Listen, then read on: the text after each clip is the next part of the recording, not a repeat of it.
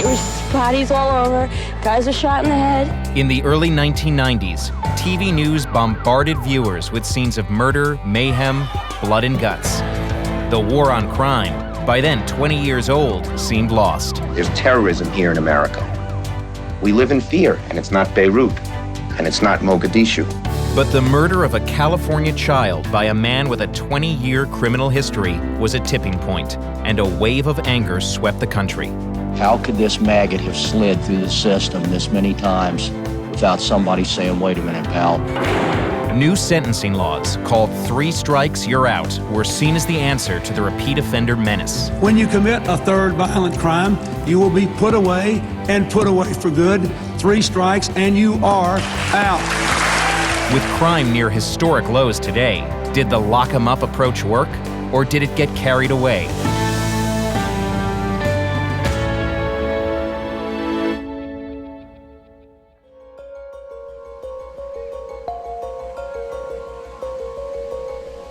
Despite its sunny reputation, California in the 1990s could be a dangerous place.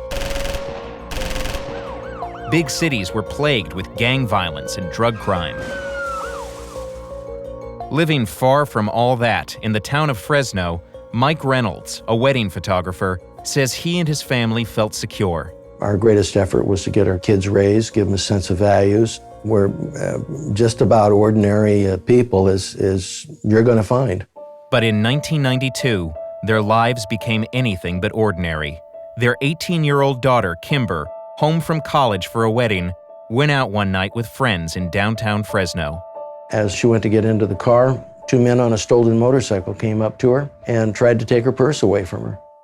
One of them pulled out a .357 Magnum and put it in her ear and pulled the trigger. There was nothing I could do. I've never felt so helpless in my life. She was a sweetie. The men who killed Kimber turned out to be so-called career criminals. Both had long records and were fresh out of prison on parole. I'm a wedding photographer. What in the world would I know about the criminal justice system and what keeps turning these criminals back out again? At some point, somebody had to do something to keep this from happening again.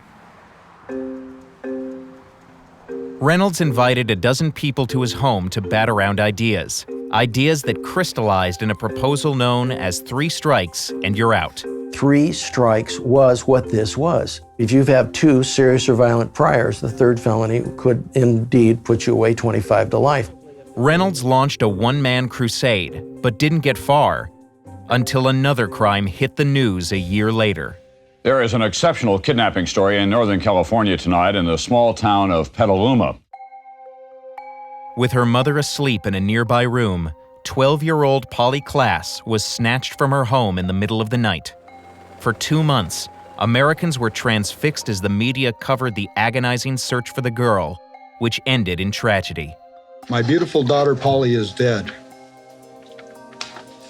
America's child is dead. Polly had been strangled and left in a field. Her killer had a violent rap sheet and had just been released from prison after serving half his sentence for a previous kidnapping. 3 strikes and you're out. Yes or no? When this tragedy hit, all of the radio stations, they just said, hey, this guy would not have been on the streets if California's 3 strikes law was in place. Support for 3 strikes and you're out is spreading like wildfire. Reynolds' petition drive took off, securing 800,000 signatures. We should start with a 3 strikes you're out bill. The nation, not just California, was shocked. It was a shocking crime. And it emboldened a lot of people who had sort of given up hope of changing things.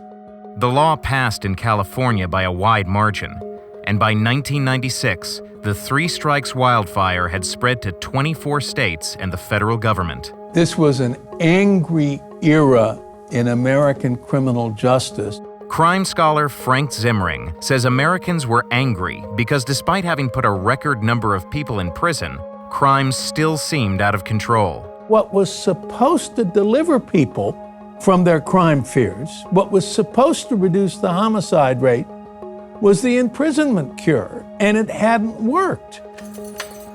So that what happened in the 1990s is the transition from lock 'em up to throw away the key.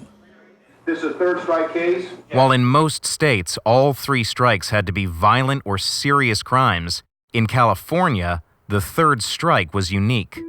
What made it unique was that you commit any kind of a crime, the lowliest crime, that made you eligible for the 3-strike law.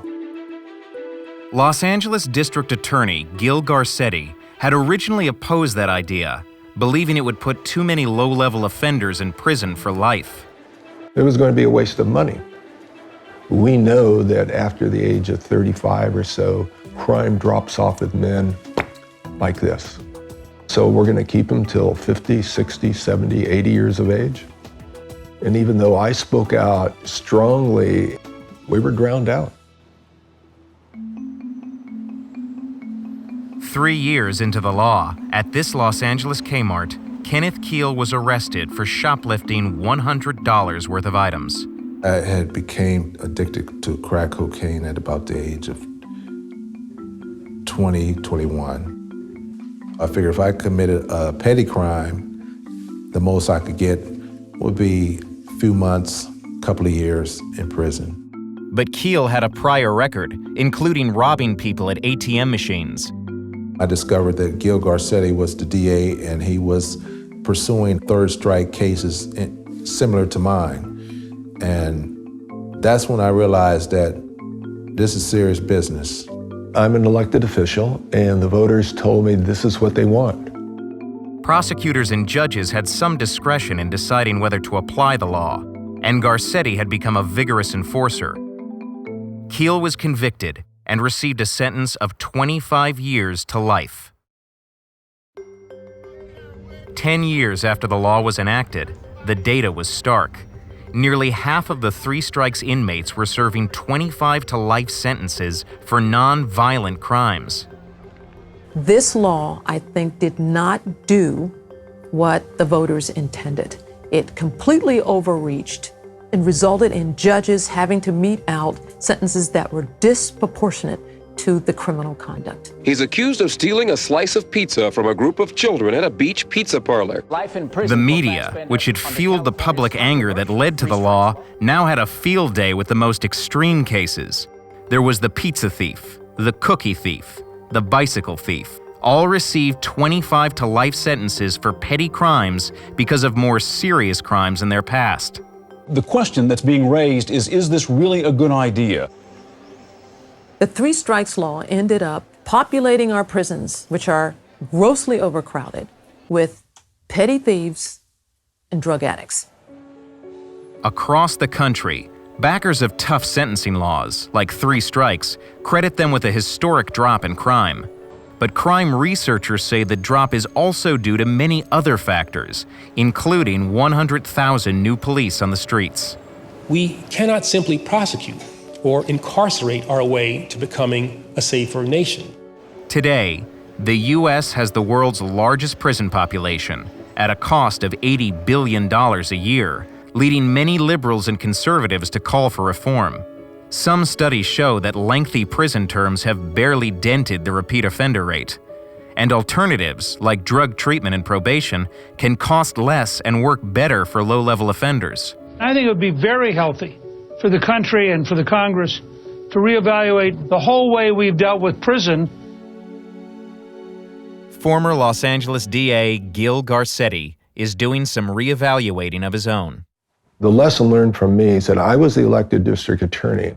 I should have had the backbone to stick by what I said should be the law. Garcetti now regrets some of the sentences his office sought against non-violent offenders, especially mentally ill and homeless people. Those are the kinds of people that shouldn't have been sentenced under the 3-strike law. Those are the people that should have received some help. As for Kenneth Keel, he is now out of prison and helping other former strikers transition back into society. About 3,000 inmates are eligible for release after Californians voted in November 2012 to revise the 3 strikes law so only violent or serious felonies count as a third strike, weakening the law voters had passed so overwhelmingly 18 years earlier. The worst way to enact a law is to do it in an emotional, angry response to two horrific crimes. I feel for the Mike Reynolds and the Mark Klasses of the world, but at the same time, they are not the ones who should be crafting and drafting our laws. But Mike Reynolds, who fought the change in the law, says even the original one he crusaded for didn't keep the accomplice in his daughter Kimber's murder behind bars. Douglas Walker served 4 years for that crime, but after he committed another, a judge decided not to sentence him under 3 strikes. He's just been released again and is back in Fresno County, where the Reynolds family still lives. There's a high probability that I could walk into a grocery store and we could be face to face. And that could happen. And the question is, what's he going to do and what am I going to do?